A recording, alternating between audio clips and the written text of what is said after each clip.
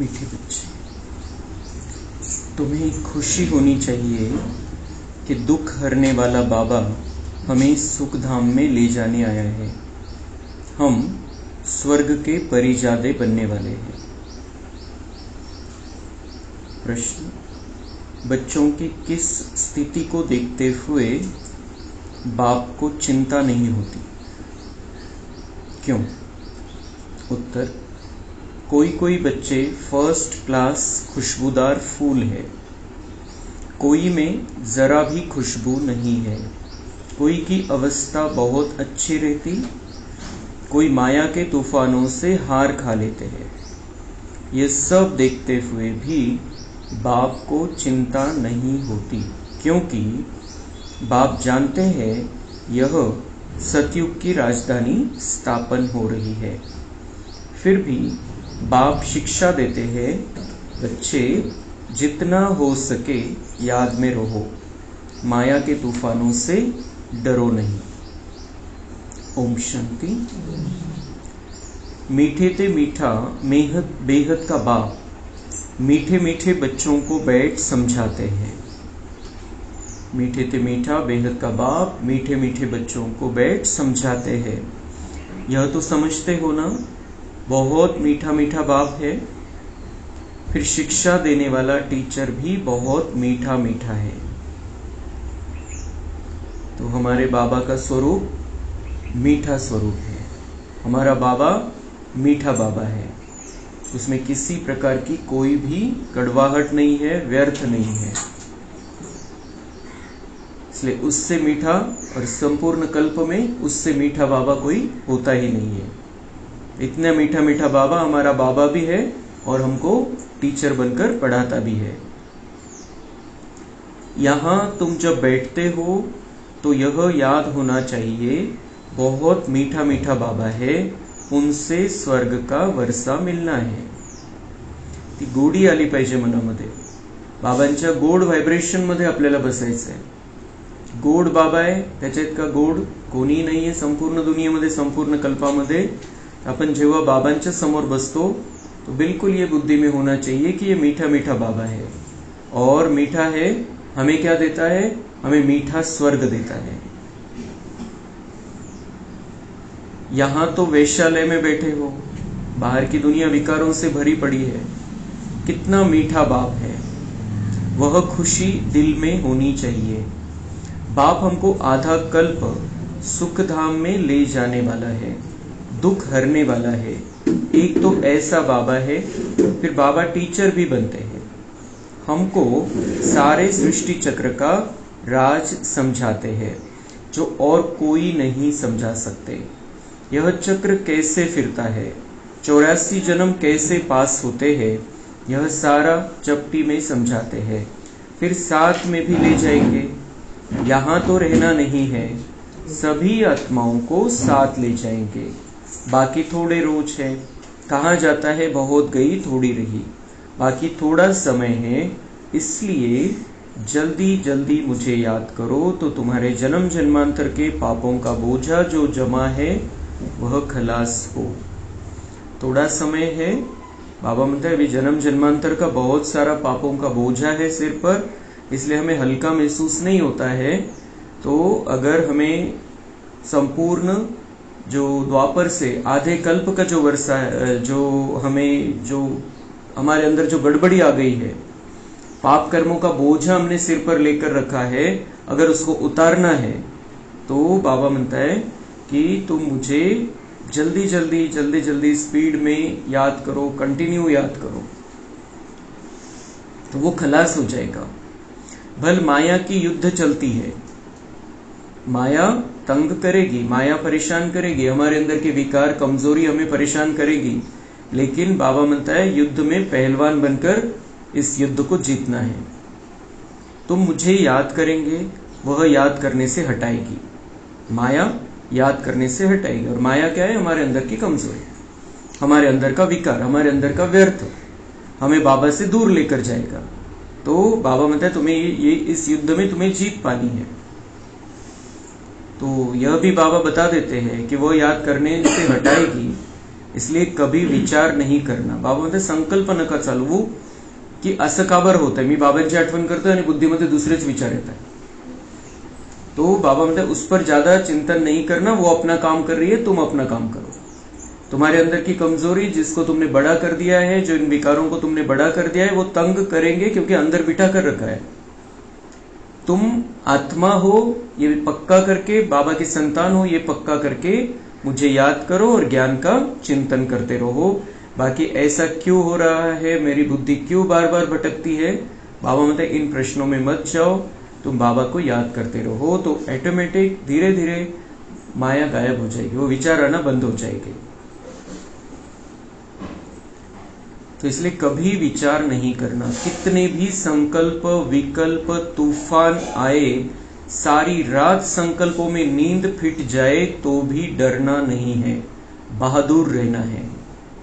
कधी कधी असं होईल की एखादा संकल्प आला आणि आपल्यामध्ये ब्रेक लावण्याची शक्ती नाहीये, तर मग ते संकल्प वाढत जातात और फिर रात की नींद ही खत्म हो जाती है, नींद ही नहीं आती है। तो बाबा मतलब इससे फिर भी डरना नहीं है, हमें बिल्कुल पक्का होना चाहिए कि मुझे फुल स्टॉप लगाना है। एक आधी बार हमारा ब्रेक ही नहीं लग रहा है तो बाबा मतलब ऐसा भी कभी कभी हो सकता है, लेकिन इसमें डरना नहीं, ऐसा क्यों हो रहा है म्हणजे घाबरून दिल शिकस्त होऊन बसायचं नाहीये, लड़ना है और जीतना है। पहलवान कभी कभी हार भी जाता है, लेकिन वो ऐसी तैयारी करता है फिर अगली बार जीत जाता है। तो हमें डरना नहीं है, मजबूरी में नहीं रहना है, मजबूत रहना है, तो बहादुर रहना है। बाबा कह देते हैं यह आएंगे जरूर, संकल्प विकल्प वो सारे तूफान आएंगे क्योंकि अंदर भरा पड़ा है सब, उसको जलाया नहीं है। तो बाबा म्हणता है आएंगे जरूर, स्वप्न भी आएंगे, इन सब बातों में डरना नहीं है। असं नाही की तुम्हाला काही स्वप्न पडणार नाही, काही चुकीचे स्वप्न पडणार नाही। बाबा म्हणता है वो भी होगा, लेकिन तुम डरो मत, तुम सर्वशक्तिवान की संतान हो, तुम साधारण नहीं हो। युद्ध का मैदान है ना, बाबा म्हणता युद्ध का मैदान है, तुमने माया को ललकारा है तो माया तो युद्ध करेगी तुम्हारे साथ। तिला तुम्ही ताकदवान बनवलेलं आहे, तो पहलवान तुम्ही पोसून चांगला मोठा केलेला आहे। जसं अमेरिकेवाल्यांनी लादेनला तयार केलं होतं, अतिरेकी लादेन त्याला तयार केलं होतं रशिया विरुद्ध लढण्यासाठी, आणि तोच लादेन अमेरिकेवर उलटला आणि त्यांच्यावर हल्ला केला, तो भस्मासुर झाला तो त्यांच्यासाठी। तो ऐसे ही हमने भी विकारों को क्या समझा कि हमारी मदद करेंगे, इसलिए हमने उनको पाल पोस कर बड़ा किया द्वापर से, उनके साथ में रहे, उनका साथ लिया, और वही हमारे पर उलट गए हैं। अभी कलयुग के अंत समय में ये कुछ जो जन्म है हमारे, उसमें ये विकार हमारे पर उलट गए पूरी तरीके से। तो वो अभी हमने उनको ललकारा है, बाबा आया है तो हम चाहते हैं कि हम स्वर्ग में जाए, इतनी सुंदर आनंद की दुनिया में चले जाए, हमारी ये इच्छा है। हमने इस हिसाब से ही अपना ये रास्ता चालू किया है, अभी इस रास्ते पर चल रहे हैं, तो फिर वो तो बीच में आएंगे ही, अड़ाएंगे हमको, क्योंकि हम उनका राज्य छीनने लिए बैठे, क्योंकि हमारे ऊपर उनका राज्य हो गया था उन विकारों का, तो वो लड़ेंगे। बाबा मतलब युद्ध के मैदान पर हो और युद्ध में जीत तुम्हारी होनी है, फाइनल विजय हमारी होनी है, लेकिन वो अभी अपना जोर तो दिखाएंगे बीच बीच में। तुम युद्ध करते हो माया को जीतने के लिए, बाकी इसमें कोई श्वास आदि बंद नहीं करना है। आत्मा जब शरीर में होती है तो श्वास चलता है, इसमें श्वास आदि बंद करने की भी कोशिश नहीं करनी है। बाबा में किसी भी तरीके का हठयोग नहीं सिखाता है कि श्वास बंद करके बैठ जाओ, ती प्रॅक्टिस करा की श्वास बंद करायचा है, 2 मिनिट राहू शकतो का, 1 मिनिट राहू शकतो का श्वास बंद करून, और ये कुछ भी नहीं करना है तुमको सिर्फ युद्ध का मैदान है, माया से लड़ना है, ज्ञान की शस्त्रास्त्र है तुम्हारे पास। हठयोग आदि में कितनी तकलीफ करते हैं, बाबा को अनुभव है, थोड़ा थोड़ा सीखते थे, परंतु फुर्सत भी हो ना। तो ब्रह्मा बाबा पण, कारण त्यांनी त्या प्रकारचे गुरु केलेले होते, ते पण हठयोग शिकायचा प्रयत्न करायचे, पण त्यांना तेवढा वेळ नव्हता। हठयोग त्यांनी पूर्ण नहीं केला, पण ते शिकायचे त्यांच्या गुरुकडून काही ना काही प्रकार त्याच्यातले, परंतु फुर्सत भी हो ना, तो उनको फुर्सत नहीं थी। वो हठयोग भी ब्रह्मा बाबा ने नहीं किया पूरा, लेकिन कुछ ना कुछ सीखते थे। जैसे आजकल तुमको कहते हैं ज्ञान तो अच्छा है, परंतु फुर्सत कहाँ, इतने कारखाने हैं, यह है। तो बाबा म्हणजे यहाँ पर भी कैसे कहते हैं, फुर्सतचा विषय आला तर बाबा लगेच कामात काम करून घेत असतो। तो वो क्या कहते थे, ब्रह्मा बाबा कहते थे मुझे फुर्सत नहीं हठयोग सीखने की। अभी बाबा म्हणते तुम जो ज्ञान सुनाते हो, किसी को कहते हो कि ज्ञान सुनने के लिए आओ, तो उनका उत्तर क्या रहता है, फुर्सत नहीं है, इतने कारखाने हैं, इतनी खेती है, इतना खेती में काम पड़ा है, दुकान में काम है, इधर काम है, उधर काम है, बहुत काम रहता है। कितने 45 मिनट बहुत काम रहता है, जब मुरली चलती है तब बहुत काम रहता है। तो तुमको बाप कहते हैं मीठे मीठे बच्चों, एक तो बाप को याद करो और चक्र याद करो, बस। क्या यह डिफिकल्ट है? बाबा हमें समझाता है रोज रोज कि मुझे याद करो और स्वदर्शन चक्र को याद करो। याच्यात अवघड काय आहे? बाबा म्हणतात याच्यामध्ये अवघड काय आहे? तुम्ही जे काही करताय ते करत राहा। ते करत असताना जेव्हा आपण एकदा मुरली ऐकून सकाळी सेटिंग केलेली आहे, आपण जे काही करतोय ते करत असताना ऑटोमॅटिक बाबांची आठवण राहील। सतयुग त्रेता में इन्हों का राज्य था, फिर इस्लामी बौद्धि आदि की वृद्धि होती गई। वह अपने धर्म को भूल गए, अपने को देवी देवता कह न सके क्योंकि अपवित्र बन पड़े। देवताएं तो पवित्र थे, ड्रामा के प्लान अनुसार फिर वह हिंदू कहलाने लग पड़ते हैं। वास्तव में हिंदू धर्म तो है नहीं, हिंदुस्तान तो नाम बाद में पड़ा है, असली नाम भारत है। ये भारत है, ये जो पहले से ही स्टार्ट से जब लक्ष्मी नारायण का राज्य है तब से इस देश का नाम भारत ही है। भारत भूमि पर भगवान आते हैं, भारत भूमि पर हमारा स्वर्ग रहता है। हिंदुस्तान तो सिंधु नदी के किनारे रहते थे, सिंधु से हिंदू हो गया और वो देवी देवता अपवित्र होते गए, अपने आप को देवी देवता कहला नहीं सकते थे, तो सिंधु नदी के किनारे पर रहने वाले हिंदू ऐसा हो गया और फिर वो हिंदुस्तान नाम पड़ गया। लेकिन असली नाम हमारे सतयुग का, हमारे भारत का भारत ही है ओरिजिनल शुरुआत से। कहते हैं भारत माताओं की जय, हिंदुस्तान की माताएं थोड़ी कहते हैं। भारत में ही इन देवताओं का राज्य था, भारत की ही महिमा करते हैं। तो बाप बच्चों को सिखला रहे हैं बाप को कैसे याद करना है। बाप आई ही है घर ले चलने के लिए, किसको? आत्माओं को। तुम जितना बाप को याद करते हो उतना तुम पवित्र बनते हो। बाबा को याद करते हैं तो बाबा से पवित्र वाइब्रेशन हमको मिलते हैं, तो हमारे अंदर पवित्रता आती जाती है। लेकिन बाबा की याद कैसी होनी चाहिए? आत्मा स्वयं को आत्मा समझकर परमात्मा की याद, वो है एक्यूरेट याद। उससे बाबा से हम कनेक्ट होते हैं और बाबा में पवित्रता है तो वो हमारे अंदर आती है। तो पवित्र बनते जाएंगे तो फिर सजा भी नहीं खाएंगे। पवित्र बनेंगे मतलब शुद्धता आएगी, मतलब विकार खत्म हो जाएंगे, व्यर्थ खत्म हो जाएगा, पाप खत्म हो जाएगा, तो फिर सजा भी नहीं खाएंगे हम बाद में धर्मराजपुरी में। अगर सजाए खाई तो पद कम हो जाएगा। ज्यांना सजा भेटणार आहे नंतर धर्मराजपुरीमध्ये त्यांचं पद पण कमी राहणार आहे। सजा भेटली म्हणजे पुरुषार्थ कमी आहे, म्हणजेच पापकर्म नष्ट नाही केले स्वतःहून, ड्राम्यानुसार सजा भेटली आणि मग असे जे आत्मे त्यांना त्यांची लेवल नव्या दुनियेमध्ये कमी राहील, खालची राहील। इसलिए जितना याद करेंगे उतना विकर्म विनाश होते रहेंगे। यहां बैठ फूलों को देखते हैं। बाबा हमें फूलों के रूप में देखते हैं, हम कांटे नहीं है। अब बाबा ने हमको कलयुगी कांटों से निकालकर अलग कर दिया है, अलग पॉट में रख दिया है। फूलों को अलग पॉट में, संगम युगी फ्लावर पॉट में हम आ गए हैं। तो यहां बैठ बाबा हम फूलों को देखते हैं। यह अच्छा फूल है, यह इस प्रकार की मेहनत करते, एक एक बच्चे को बाबा देखता है गुप्त रीति से। ये अच्छा फूल है, यह इस प्रकार की मेहनत करते हैं, यह स्टेरियम नहीं है, यह पत्थर बुद्धि है। बाबा मतलब मेरे पास हर प्रकार के बच्चे हैं, मैं उनको देखता रहता हूं। बाप को कोई बात की चिंता नहीं रहती, बाप को कोई बात की चिंता। बाबा म्हणतात मी सगळं एवढं बघतो की कोणाचे कसा पुरुषार्थ चाललेला आहे, कोणी खूप चांगला पुरुषार्थ करतोय, कोणी करत नाहीये, कोणी माइनस करतोय, कोणी प्लस करतोय, लेकिन बाप को कोई चिंता नहीं रहती है क्योंकि बाप को ड्रामा पक्का है। बाबा अपना काम करता है, बाकी फिर ड्रामा पर सौंप देता है। बाबा क्या समझते हैं, लेकिन हाँ समझते हैं बच्चे जल्दी पढ़कर साहूकार हो जाए।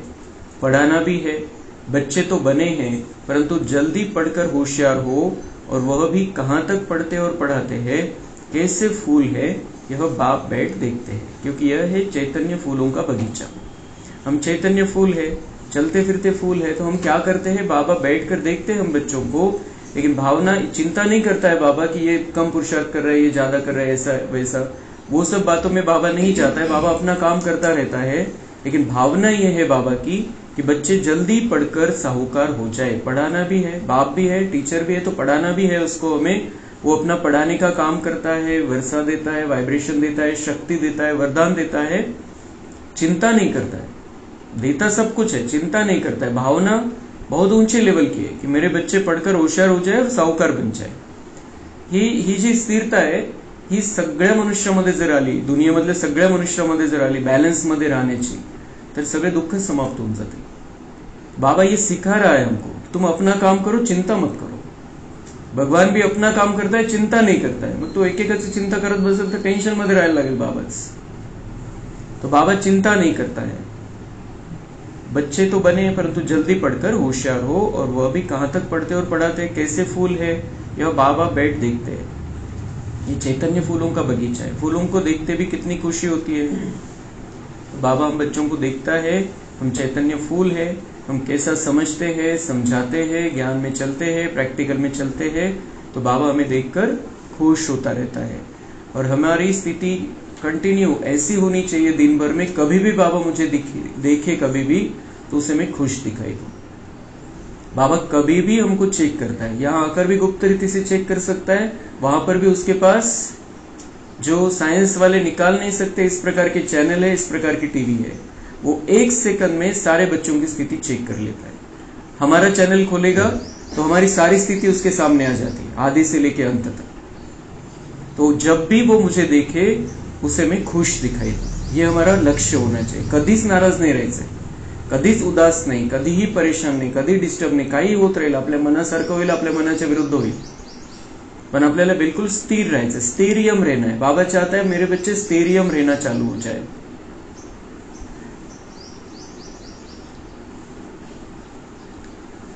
तो बाप को याद करते रहेंगे तो पाप कटते जाएंगे। बच्चे खुद भी समझते हैं बाबा स्वर्ग का वर्षा देते हैं। तो बाप को ऐसा याद करो जो जन्म जन्मांतर के पाप कट जाए। चक्र को जानना भी है, चक्र फिरता रहता है, कभी बंद नहीं होता। चक्र फिरता रहता है, कभी बंद नहीं होता। अभी सतयुग, त्रेता, द्वापर, कलयुग, अभी हम संगम युग में आ गए हैं, फिर सतयुग चालू हो जाएगा। ये कभी बंद नहीं होता है। ऐसा नहीं की दुनिया संपून जाईल। आपण स्पेशल बच्चे बाबांचे, आपण संगम युगामध्ये आलेले, बाकी सगळ्या दुनियेसाठी कलियुग आहे। बाकी सगळे जे बाबांचे नाहीये ते कलियुगामध्ये, आणि कलियुगामधून ते सतयुगामध्ये नाही येणार। कलियुगामधून ते मुक्त होऊन जातील, परमधाम मध्ये राहतील, आणि द्वापर नंतर खाली येतील। चक्र तर खाली चालू राहील। ज्यांनी सतयुगामध्ये येण्याची तयारी केलेली ते सतयुगामध्ये येतील। कलियुगानंतर संगम युगामध्ये जे आलेले, कलियुगामधून निघून संगम युगामध्ये पाय ठेवलेले, बाबांचे बनलेले, असे आत्मे सतयुगामध्ये येतील। चक्र तर खाली चालू राहील, पण प्रत्येकाचा वेगवेगळा पार्ट है। कौन कधी येईल त्याच्या त्याच्या पुरुषार्थानुसार। हमें तैयारी करनी, हम संगम युग में आ गए, हमें सतयुग में स्टार्ट में आना है। यहाँ बाप और बच्चे बैठे हैं। बाबा एक एक को बैठ देखते हैं। बाबा एक एक को बैठ देखते हैं, एक एक को। हमारे साथ बाबा का पर्सनल रिलेशन है। ऐसा नाही की तो सगळ्यांना ग्रुप मध्ये बघतो, प्रत्येकावर वैयक्तिक त्याची नजर आहे। दुनियेमध्ये पण त्याला महत्व असतं की जिथं समजा एखाद्या ट्युशनला जर 200-500 जण आहे आणि एखाद्या ट्युशनमध्ये 10-15 जण आहे, तर घरचे आई वडील कशाची निवड करतील, कोणत्या ट्युशनची निवड करतील, जिथं कमी संख्या आहे, म्हणजे त्या शिक्षकाची याच्यावरती नजर राहील। तो ऐसे हम बाबा के इतनी सुंदर पाठशाला में हमने प्रवेश लिया है, जहां संख्या तो बहुत बढ़ती जा रही है, लेकिन बाबा की हर बच्चे पर नजर है। और लिमिटेड, हर जगह जहां पर भी क्लास चलता है बाबा का, ऐसा नहीं कि बहुत सारी संख्या है, लिमिटेड संख्या होती है, कम संख्या होती है, क्योंकि कम बच्चों का भाग्य है सतयुग में आने का, तो कम ही संख्या होती है। और ऐसे स्थान पर जहां पर बाबा का क्लास चलता है वहां पर बाबा हम बच्चों को देखता रहता है, हर एक को देखता है, पर्सनल देखता है। तो बाबा एक एक को बैठ देखते हैं, यह बाबा को कितना याद करते हैं, कितना ज्ञान उठाया है, औरों को कितना समझाते हैं। अब हर एक को चेक देखता है, चेक करता है, कितना मुझे याद करता है, कितना ज्ञान इसको समझ में आया है, कितना औरों को समझाते हैं। है बहुत सहज, सिर्फ बाप का परिचय दो। बैच तो बच्चों के पास है ही, बोलो यह है शिव बाबा। काशी में जाओ तो भी शिव बाबा कहे याद करते, रड़ी मारते हैं। काशी में जाते हैं भक्त आत्माएं, शिव बाबा के रड़ी मारते मतलब चिल्लाते हैं, और हम बाबा को बहुत प्यार से याद करते हैं। वो रड़ी मारते हैं, वो चिल्लाते हैं, बिल्कुल दुखी होकर पुकारते हैं भगवान को, शिव को। लेकिन हम तो, हमारा तो वो मीठा बाबा है, हम बहुत मीठी याद, अंदरूनी याद है हमारी। तुम हो सालिग्राम, आत्मा बिल्कुल छोटा सितारा है, उसमें कितना पार्ट भरा हुआ है। आत्मा घटती बढ़ती नहीं, विनाश नहीं होती।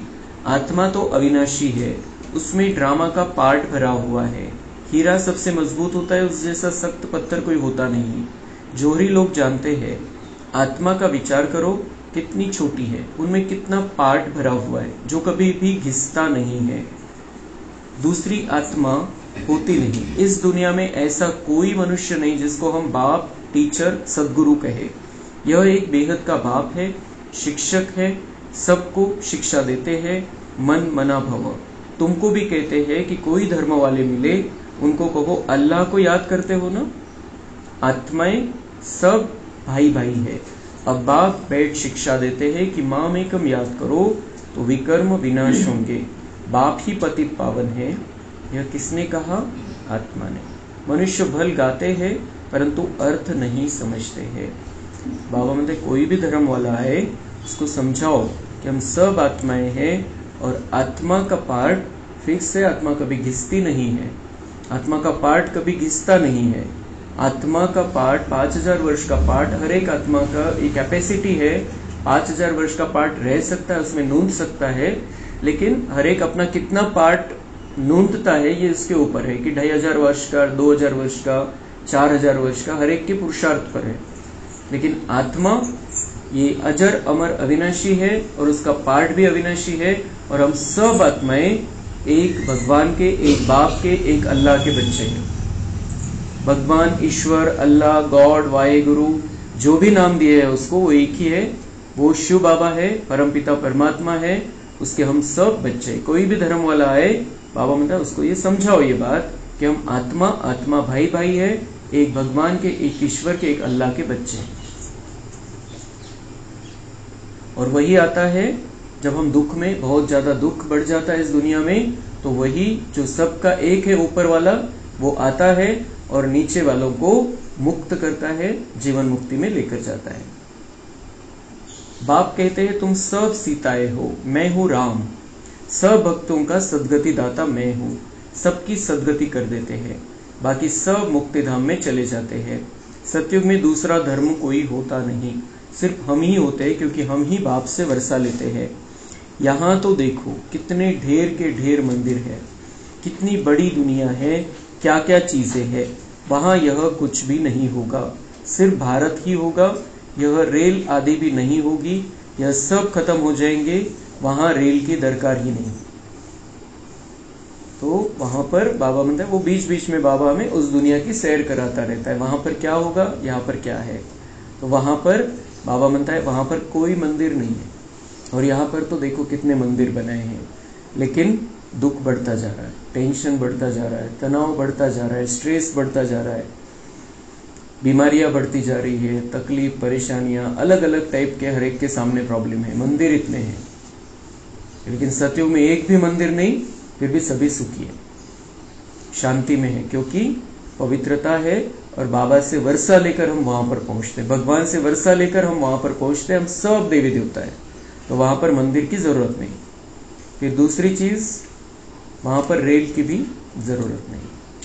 पहिले रेल्वे खूप चांगले होते, आताही आहे, आणि त्याच्यामध्ये आपण बघतो जेव्हा गर्दी असते रेल्वेमध्ये किती गोंधळ असतो, तो वहां पर बाबा म्हणता है वहां पर रेल ही नहीं होगी, रेल की जरूरत ही नहीं, हर एक के पास अपने पुष्पक विमान होंगे, 2 सीटर 3 सीटर 5 सीटर 10 जितके जणांच्या हिशोबाने वेगवेगळ्या प्रकारचे कॅपॅसिटी वाले तिथं पुष्पक विमान राहतील, तर तिथं रेल्वेची गरज नाहीये. आणि आता आपण बघतोय विज्ञानाने पण तशी प्रगती केलेली, उडणाऱ्या कार वगैरे बनवायला लागलेले, तर हे सतयुगाची तयारी चाललेली है त्यांची. तो सतयुग में ये जो साइंस है अभी जो वो शोध लगा रहे हैं वो सब हमें काम में आने वाला है 2036 के बाद. वहां पर ये रेल वगैरह की जरूरत नहीं है क्योंकि वहां पर पुष्पक विमान होंगे और दुनिया भी बहुत छोटी होगी. बाबा रिफ्रेश कर रहे हैं, भिन्न भिन्न पॉइंट समझाते रहते हैं बच्चों के लिए. असं नाही की एकाच लाईनवरती एकाच पॉइंटवरती बाबांची मुरली चालते, जवळपास अव्यक्त मुरलीमध्ये 1-2 पॉइंटवरती बाबा विस्तार करत असतो, पण साकार मुरलीमध्ये तर बाबांची बच्चांशी बातचीत चालू असते. म्हणून कधी इकडचं सांगतो, कधी तिकडचं सांगतो, कधी सतयुगाचं सांगतो, कधी परमधामचं सांगतो, कधी आपला चक्र समजवतो, कधी कर्माची कहानी सांगतो. तो बातचीत करता है बाबा. हमारी जो साकार मुरलिया है उसमें बाबा हम बच्चों से बातचीत करता है, हमको रिफ्रेश करता है, भिन्न भिन्न पॉइंट समझाते रहते बच्चों के लिए. यहाँ बैठे हो बुद्धि में सारा ज्ञान है, जैसे परमपिता परमात्मा में सारा ज्ञान भरा हुआ है जो तुमको समझाते रहते हैं. आणि माझ्यामध्ये जे काही आहे ते मला तुम्हाला देऊन टाकायचं आहे, म्हणून मी वेगवेगळे पॉइंट जेव्हा जसं काही वाटेल बच्चांची स्थिती बघून तर बाबा त्या प्रकारचे पॉइंट बाबा घेत असतो. बरोबर. ऊंच से ऊंच शांति धाम में रहने वाला शांति का सागर बाप है. हम आत्माएं भी सब वहां स्वीट होम में रहने वाली है. शांति के लिए मनुष्य कितना माथा मारते हैं. साधु लोग भी कहते मन को शांति कैसे मिले, क्या क्या युक्ति रचते हैं. गाया जाता है आत्मा तो मन बुद्धि सहित है, उनका स्वधर्म ही है शांत, मुख ही नहीं कर्मेंद्रिया ही नहीं तो जरूर शांति ही होगी. तो आत्मा शांति से फिर शांति भंग कब होती है, जब आत्मा शरीर में आती है. नहीं तो ऐसे आत्मा शांत स्वरूप है, क्योंकि आत्मा बोलेगी कैसे, संकल्प कैसे चलेंगे जब वो शरीर में है. हम आत्माओं का निवास स्थान है स्वीट होम, जहां बिल्कुल शांति रहती है. फिर वहां से पहले हम आते हैं सुख धाम में. अभी तो इस दुख धाम से ट्रांसफर होते हैं सुख धाम में. अभी हम दुख धाम में पड़े हैं, अभी हमें ट्रांसफर होना है सुख धाम में, इसकी तैयारी हम कर रहे हैं. बाप पावन बना रहे हैं. कितनी बड़ी दुनिया है, इतने जंगल आदि कुछ भी वहां नहीं होंगे, इतनी पहाड़ियां आदि कुछ नहीं होगी. सपाट असं मैदानासारखा प्रदेश असेल तो संपूर्ण रीतीने डोंगर पण नाही, जंगल पण नाही. तिथं सगळे जर दिसतील कुठे तर खूप सुंदर झाडं वृक्ष, खूप सुंदर बगीचे, खूप सुंदर फुलं, बाकी जंगल नहीं, काट्याचं जंगल तिथं नाहीये. तो अलग अलग तरीके से बाबा हमें सतयुग में लेकर जाता है. हमें सतयुग की सैर करते रहना है कि वो कितनी सुंदर दुनिया होगी. हमारी राजधानी होगी. जैसे स्वर्ग का छोटा सा मॉडल बनाते वैसे छोटा सा स्वर्ग होगा. क्या होना है, वंडर देखो कितनी बड़ी सृष्टि है. यहाँ तो सब आपस में लड़ते रहते हैं, फिर इतनी सारी दुनिया खत्म हो जाएगी, बाकी हमारा राज्य रहेगा. इतनी बड़ी सृष्टी, किती मोठा विस्तार झालेला आहे. 800 करोड आत्मे, इतके शहर, इतके देश, इतका मोठा विस्तार, सगळं काही काय काय नहीं है या दुनियामध्ये. लेकिन बाबा म्हणते ये सारा अब खत्म होना है, क्योंकि ये लड़ते झगड़ते रहते आपस में, शांति में नहीं रहते. ये कितने दिन तक चलने देंगे ऐसा, ऐसे तो शांत हो ही नहीं रहे. तो बाबा आकर फिर ये सृष्टि में प्लान ही ऐसा बना हुआ है कि ये अशांति इस तरीके से खत्म हो कि जो विकारी मनुष्य है उनको मैं मुक्ति धाम में ले जाऊं, और जो निर्विकारी बनने वाले हैं उनके लिए सतयुग यहाँ पर लेकर आऊं. तो वो छोटी सी दुनिया होगी, बहुत सुंदर हमारी राजधानी होगी. इतना सब कुछ खत्म हो, यह सब कहाँ जाएंगे, समुद्र धरती आदि में चले जाएंगे. ये सब कुछ जो कुछ भी दिखाई देता है इन आंखों से, कहा जाएगा, समुद्र में जाएगा, धरती में चला जाएगा. इसका नामो निशान भी नहीं रहेगा. समुद्र में जो चीज जाती है वह अंदर ही खत्म हो जाती है. सागर हप कर लेता है. तत्वम, तत्व तत्व में, मिट्टी मिट्टी में मिल जाती है. फिर दुनिया ही सतो प्रधान होती है. तत्व तत्व में, मिट्टी मिट्टी में मिल जाती है. पृथ्वी जल अग्नि वायु आकाश, 5 तत्वों से हम बने हैं, 5 तत्वों से दुनिया बनी है. तो बाबा मतलब तत्व तत्व में मिल जाएंगे और ये सारे तत्व पावन हो जाएंगे और हमारे लिए बहुत सुंदर ऐसा वो जीवन का नज़ारा होगा, नई दुनिया। यह सब कुछ जो कुछ भी है, ये सारा महापरिवर्तन का समय आ गया है। उस महापरिवर्तन के पहले हमें देवता बनने की पूरी तैयारी कर लेनी, बहुत सुंदर दुनिया में हमें पहुंचना है। फिर दुनिया ही सतो प्रधान होती है। उस समय कहा जाता है नई सतो प्रधान प्रकृति, तुम्हारी वहां नेचुरल ब्यूटी रहती है, लिपस्टिक आदि कुछ भी नहीं लगाते। बाबा भी जानता है, लिपस्टिक यहाँ पर लिपस्टिक लगाते, अलग अलग तरीके के अलग अलग, आणि त्याच्यामध्ये काय असतं ते केमिकल असतं, डुकराची चरबी वापरलेली असते तरी सुद्धा ते ओठावरती लावतात, इतकं हे राक्षसीपणा आलेला है। लेकिन वहां पर बाबा म्हणता है किसी भी तरीके का कोई ब्यूटी प्रोडक्ट यूज करने की जरूरत नहीं है, नैसर्गिक सुंदरता रहेगी, कंचन काया रहेगी तिथं। तो तुम बच्चों को खुश होना चाहिए, तुम स्वर्ग के परिजादे बनते हो, आपल्याला स्वर्गाच्या पर्या बनायचंय। ज्ञान स्नान नहीं करेंगे तो तुम देवता बनेंगे नहीं, और कोई उपाय है नहीं। बाप तो है सदा खूबसूरत, तुम आत्माएं सांवरी बन गई हो। माशूक तो बड़ा सुंदर मुसाफिर है जो आकर तुमको सुंदर बनाते हैं। बाप कहते हैं मैंने इसमें प्रवेश किया है, मैं तो कभी सावरा नहीं बनता हूँ, तुम सावरे से सुंदर बनते हो। बाबा सावरा नहीं बनता है, बाबा में कभी विकार है ही नहीं, कभी भी किसी भी समय, एक सेकंड के लिए भी नहीं। तो बाबा सावरा नहीं बनता है, हम सावरे बनते हैं और बाबा हमें सुंदर बनाता है। हम बाबा के ब्यूटी पार्लर में आ गए हैं और बाबा हमें सजाता है, रोज मेकअप करता है हमारा, दिव्य गुणों से, शक्तियों से, वरदानों से। तुम सबको सुंदर बनाकर साथ में ले जाते हैं। तुम बच्चों को सुंदर बन, फिर और सबको सुंदर बनाना है। स्वतःचा मेकअप करायचा आहे आणि दुसऱ्यांना पण मेकअप करायला लावायचा आहे, ज्ञान गुण आणि शक्ति में।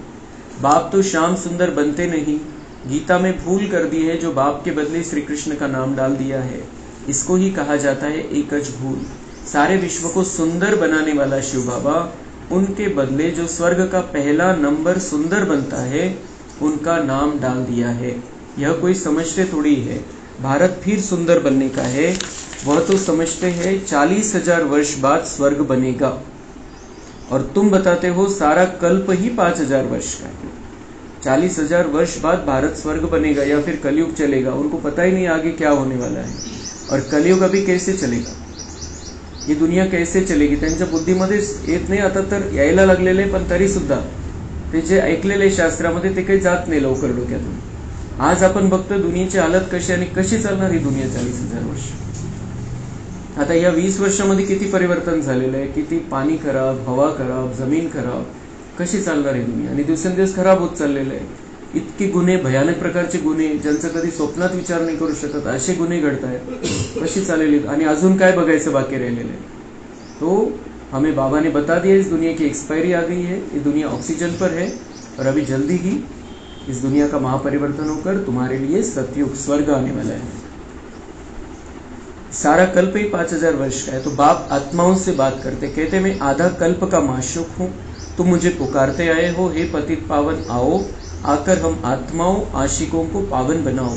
तो उनकी मत पर चलना चाहिए, मेहनत करनी चाहिए।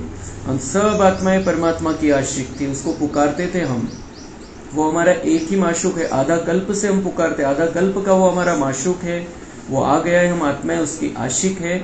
अभी उससे हमें बहुत सुंदर रीति से अपना रिश्ता जोड़ना है और वो उस रिश्ते को निभाना है। अच्छा, मीठे मीठे सिक्के लधे बच्चों प्रति माता पिता बाप दादा का याद, प्यार और गुड मॉर्निंग।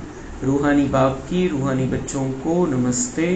हम रूहानी बच्चों की रूहानी बाप दादा को याद, प्यार, गुड मॉर्निंग, नमस्ते। वाह बाबा वाह, शुक्रिया बाबा शुक्रिया। धारणा के लिए मुख्य सार है, इन आँखों से सब कुछ देखते हुए इसे भूलने का अभ्यास करना है। पुराने घर से, दुनिया से दिल हटा लेनी है, नए घर को याद करना है। यहाँ पर रहना है हमें सेवा के लिए, यहाँ सेवा करनी है, ऐसे नहीं ये घर छोड़ना है, ये दुनिया छोड़नी है, ऐसे नहीं, हमें सेवा करनी है यहाँ पर सबकी सेवा करनी है, बहुत अच्छी सेवा करनी है, बहुत शक्तिशाली बनकर सेवा करनी है, किसी भी तरीके की कमजोरी में नहीं रहना है, अपने परिवार को संभालना है, सारी दुनिया को हमें संभालना है। लेकिन बुद्धि में होना चाहिए कि हमारे लिए बाबा नई दुनिया लेकर आ रहा है, वहां हमें देवी देवता बनकर रहना है। ज्ञान स्नान कर सुंदर परिजादा बनना है। जैसे बाप सुंदर गोरा मुसाफिर है, ऐसे उनकी याद से आत्मा को सावरे से गोरा बनाना है। माया के युद्ध से डरना नहीं है, विजयी बनकर दिखाना है। वरदान है, महादानी बन, फ्राक दिली से खुशी का खजाना बांटने वाले मास्टर रहमदिल भव। लोग अल्पकाल की खुशी प्राप्त करने के लिए कितना समय व धन खर्च करते हैं, फिर भी सच्ची खुशी नहीं मिलती। ऐसे आवश्यकता के समय आप आत्माओं को महादानी बन, फ्राक दिली से खुशी का दान देना है। दुनियामध्ये किती प्रयत्न करतात खुशी प्राप्त करण्यासाठी। कुठे फिरायला जायचं, कुठे हॉटेलमध्ये जायचं, कुठे बाहेर जायचं, कुठे काय करायचं, कुठे कोणत्या सत्संगामध्ये जायचं, किती पैसे खर्च करतात, हे साधन पाहिजे, ते पाहिजे, पण खुशी तर नाही भेटत। खुशी जर असते तर मग दुसऱ्याची इच्छाच राहिली नसती दुसऱ्या गोष्टीची। खुशी मिलती नहीं है। कुछ समय के लिए टिकती है, कुछ सेकंड के लिए टिकती है, कुछ घंटे के लिए टिकती है, फिर दूसरा कुछ संकल्प आता है तो खुशी गायब हो जाती है। तो बाबा कहते हैं सच्ची खुशी नहीं मिल रही है दुनिया वालों को, आपको देना है। उन सबको आपको खुशी के वाइब्रेशन देने हैं, बोलना है उनके साथ, बहुत बहुत सुंदर बाबा की ज्ञान की बातें उनको समझानी है। इसके लिए रहम दिल का गुण इमर्ज करो। हमें अगर सबको खुशी देनी है, खुशी के वाइब्रेशन देने हैं, तो हर आत्मा के प्रति रहम होना चाहिए बुद्धि में कि इनका मुझे कल्याण करना है। आपके जड़ चित्र वरदान दे रहे हैं तो आप भी चैतन्य में रहम दिल बन बांटते जाओ। बाबा म्हणतात तुमच्या मूर्त्या वरदान देत आहे लोकांना। तिथे गेल्यावर त्यांना अल्पकाळासाठी का होईना थोडं बरं वाटतं, मंदिरामध्ये गेल्यावर, आपल्या मूर्त्यांकडे गेल्यावर। तर तुम्ही तर चालते फिरत्या मूर्त्या आहे, तुम्ही तर सगळ्यांना द्यायला पाहिजे। दयेच्या भावनेने रहमदिल बनून सगळ्यांना द्यायचं, तुमची ती वेळ आता आलेली आहे। आणि त्याची यादगार म्हणून आजपर्यंत तुमच्या मूर्त्यामधून ते घ्यायचा प्रयत्न करताय, कॅच करताय। तुम्हाला आता डायरेक्ट देण्याची वेळ है, क्योंकि परवश आत्माएं हैं और अभी बांटते जाओ। वो परवश है, वो विकारों के वश है, व्यर्थ के वश है, उनके पाप कर्मों के वश है, उनके स्वभाव संस्कार के वश है। तो तुमको उनको महादानी बनकर खुशी बांटनी है। कभी ये नहीं सोचो कि ये तो सुनने वाले ही नहीं है। आप रहमदिल बन देते जाओ और कभी किसी के बारे में नेगेटिव नहीं सोचना। रहमदिल बनना है, उनको देते जाओ। देना तुम्हारा काम है, लेना कितना लेना वो उसका पार्ट है। आपकी शुभ भावना उनको फल अवश्य देगी। शुभ भावनेने देत चला, कधी न कधी ते फलीभूत होईल। स्लोगन है, योग की शक्ति द्वारा हर कर्मेंद्रियों को ऑर्डर में चलाने वाले ही स्वराज्य अधिकारी है। तो आत्मा को राजा बनकर अपने शरीर को चलाना है। ये स्वराज्य अधिकारी, यहाँ पर हम अपना राज्य ले लेंगे तो दुनिया का राज्य बाबा हमारे हाथ में दे देगा, जो 2036 के बाद में नई दुनिया आने वाली है। अच्छा, ओम शांति।